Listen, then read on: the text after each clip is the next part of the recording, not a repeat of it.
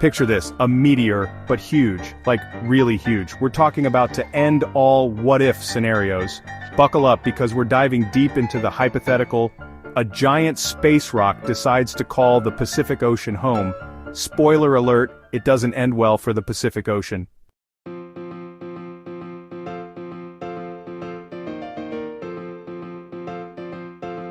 Now you might be wondering, why is this guy our guide through global watery chaos?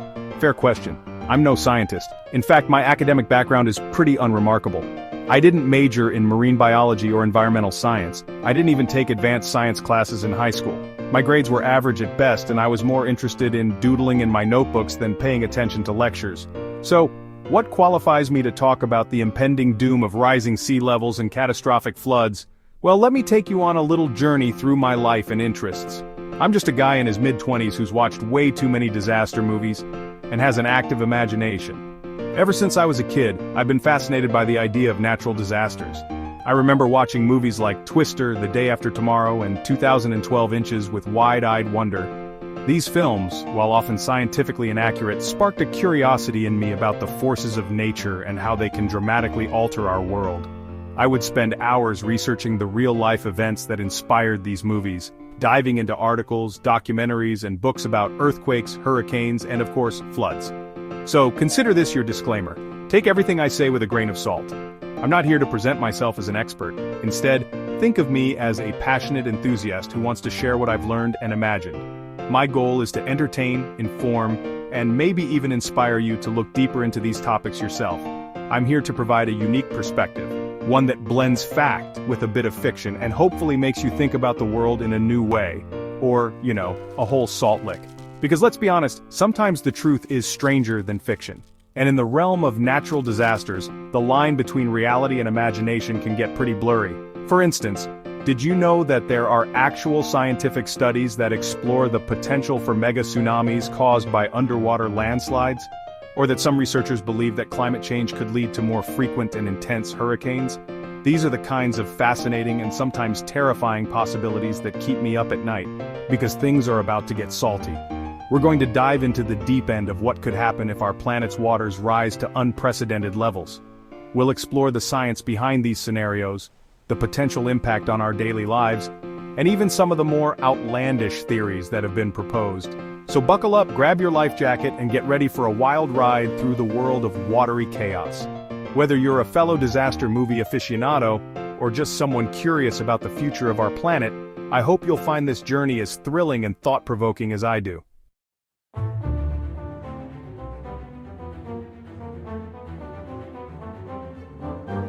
Over the next few sections, we're going to break down this meteor madness. We'll cover the initial impact, the immediate aftermath, and the long-term consequences.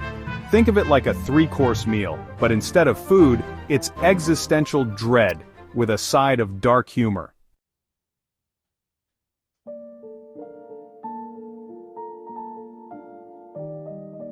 This is it, folks, the main event.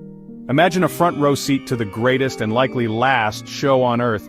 We're talking about the moment of impact where our giant space rock decides to make a splash in the Pacific Ocean. And spoiler alert, it's not going to be a graceful belly flop. Let's talk about the meteor itself.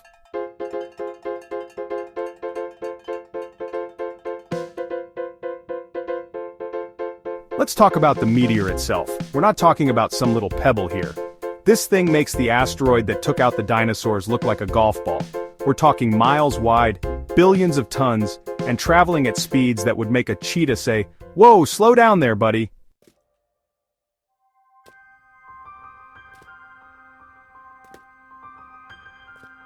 Remember that whole ripple effect thing? Yeah, we're about to take that to a whole new level.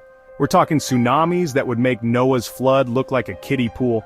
Coastlines gone, cities underwater, surfing competitions canceled indefinitely.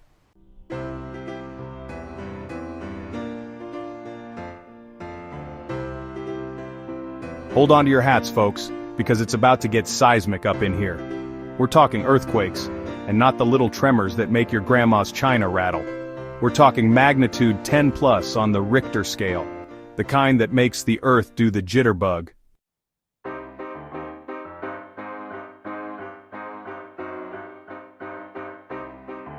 Deep down in the ocean, things aren't exactly peachy either. Imagine the pressure of being at the bottom of the Mariana Trench, and then multiply that by, I don't know, 1,000,000? Fish are going to be wishing they'd invested in some heavy-duty scuba gear.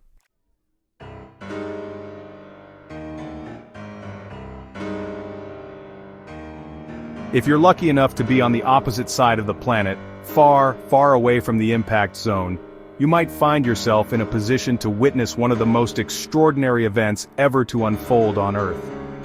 Imagine standing on a serene hilltop, the sky painted in hues of orange and pink as the sun sets.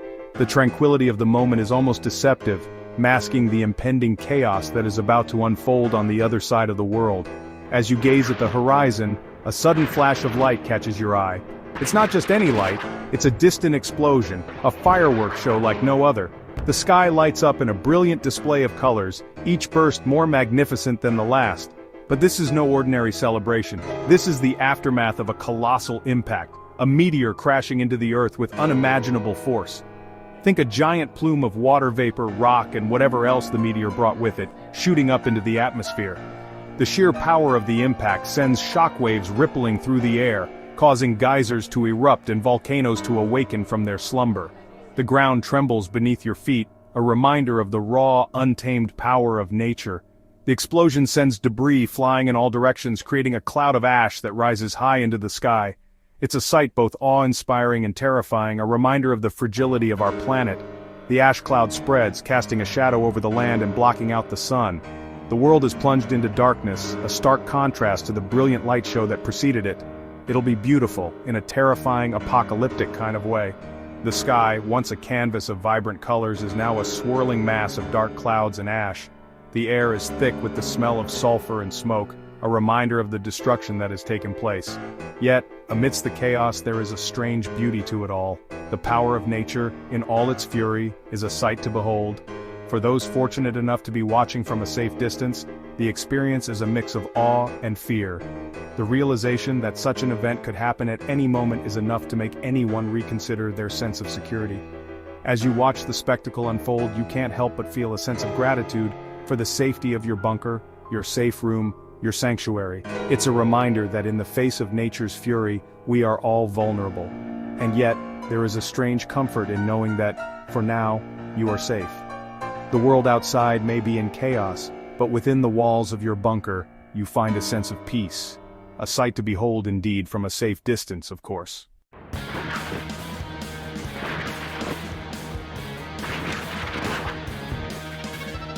Okay, the meteor has just made an entrance that would make a WWE wrestler blush. Now what? The planet's still here, surprisingly, but it's going through some things. We're talking immediate, planet-wide chaos, the kind that makes you want to hug your loved ones, assuming you can find them amidst the, global upheaval.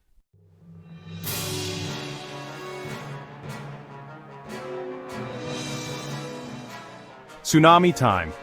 Remember that little wall of water we talked about? It's here, and it's not here to play nice. Coastal cities? They're now beachfront property, except the beach is now several miles inland, and the property values have plummeted. Imagine the Earth playing a giant game of telephone, except instead of whispers, it's shockwaves powerful enough to rearrange continents.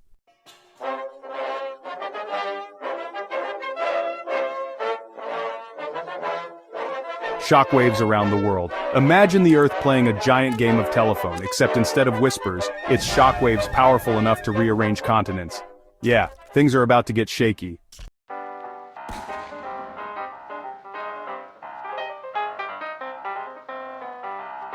The atmosphere's having a moment. The air is alive, and not in a good way.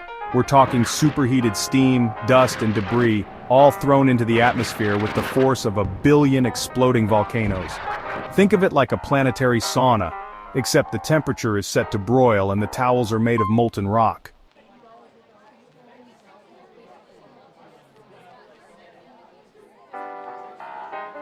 Under the sea, down in the depths, things aren't much better. Fish are either having existential crises or wishing they'd evolved to breathe air.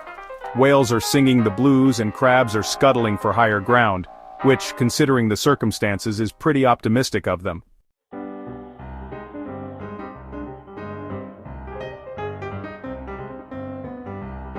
Okay, so the world's ending. How do we react? Well, if disaster movies have taught us anything, it's that we're a mixed bag. Some people will panic, some will rise to the occasion, and some will probably film TikToks of the whole thing.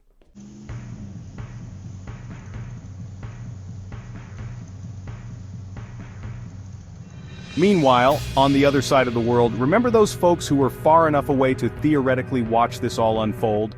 Yeah, they're having a very different kind of day.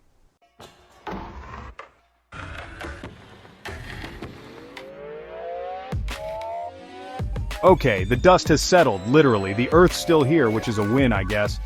But let's not sugarcoat it. Things are different, like really different.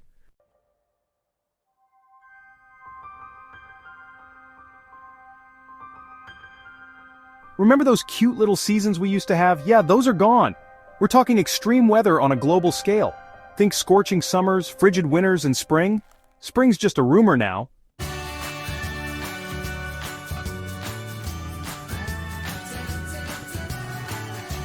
Remember all those coastal cities we hypothetically lost to the giant waves? Yeah, their former residents are looking for new digs. We're talking about a global housing crisis that would make even the most seasoned realtor say, "Whoa, this is a seller's market."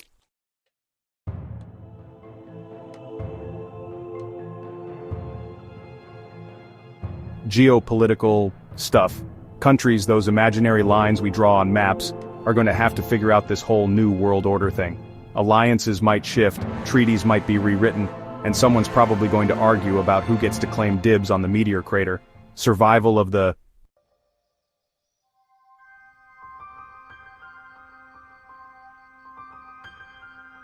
Who knows? Remember how we were the dominant species on this planet? Yeah, about that. The meteor just shuffled the evolutionary deck, and frankly our odds aren't looking so good. The rise of the machines, maybe?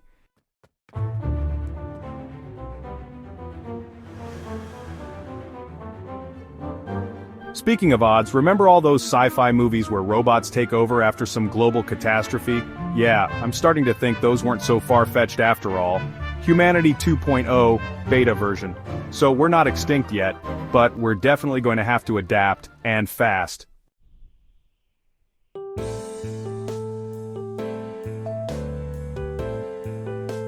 Think Mad Max, but with less leather and more sunscreen. Actually, scratch that. Keep the leather. The sun's brutal now. In the end, a silver lining?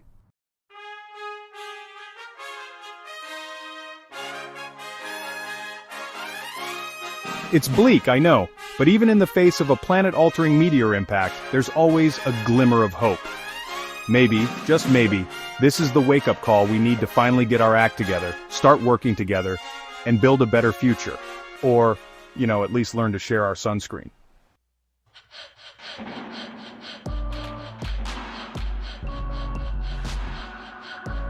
Alright, we've been through the ringer here. Giant meteor, check. Tsunamis that would make Poseidon himself take up knitting, check. Global chaos, climate mayhem, and the possible rise of our robot overlords, check, check, check.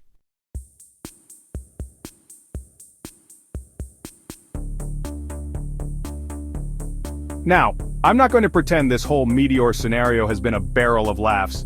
It's been terrifying, thought-provoking, and a stark reminder to maybe invest in a good pair of running shoes. Just in case. But if there's one thing we can take away from this hypothetical apocalypse, it's this.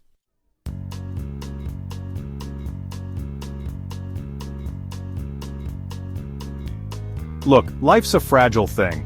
We often take for granted the simple moments that make up our daily lives.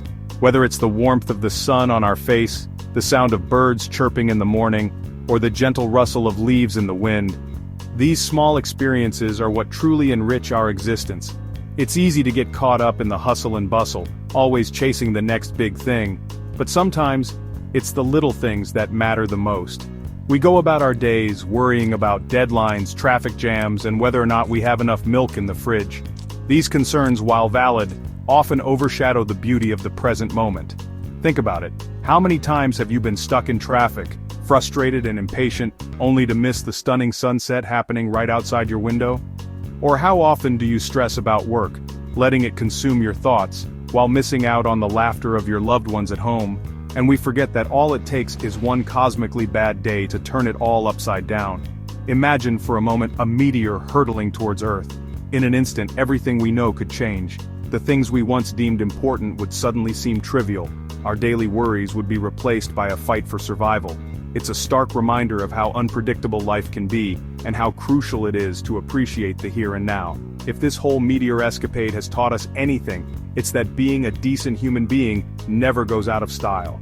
In times of crisis, it's our humanity that shines the brightest. Acts of kindness, no matter how small, can make a world of difference.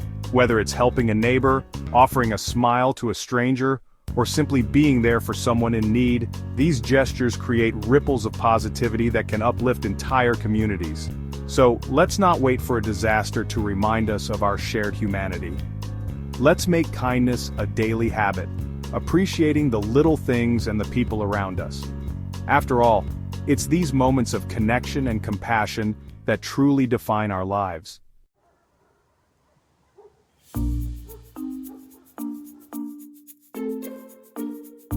Share your snacks, help your neighbor, and maybe learn how to grow a tomato or two. You know, just in case. The future is...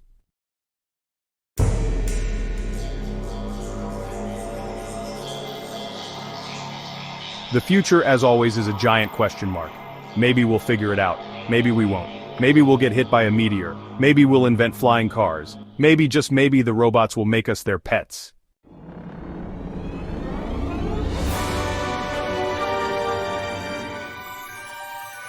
In the end, all we really have is each other, so call your mom, hug your friends, and tell that special someone how you feel. Because tomorrow's not guaranteed, and neither is the Wi-Fi connection. And on that note...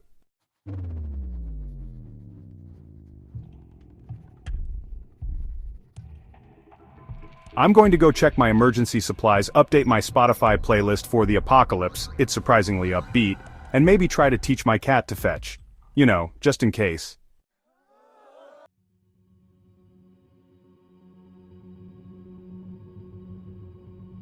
This has been a wild ride, folks, but hey, that's life in the cosmic lane. Stay safe, stay hydrated, and remember, if you see a giant meteor hurtling towards Earth, for the love of all that is holy,